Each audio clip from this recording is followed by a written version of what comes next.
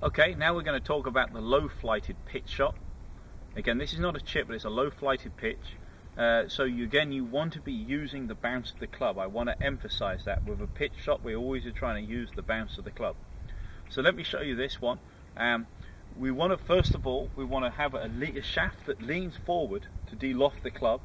Maybe it's leaning forward, say, 5, 6, 7, 8 degrees, something like that, leaning forward, and we're wanting to return the club to the same position through impact.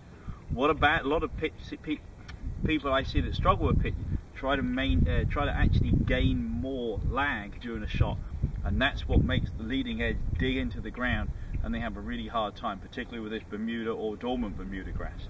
So definitely we want to still use the bounce of the club.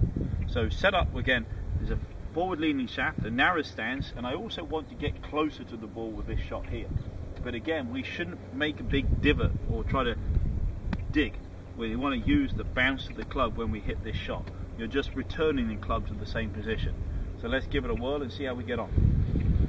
So a little bit closer, narrow stance, hands in front, and then again we want to use the bounce of the club.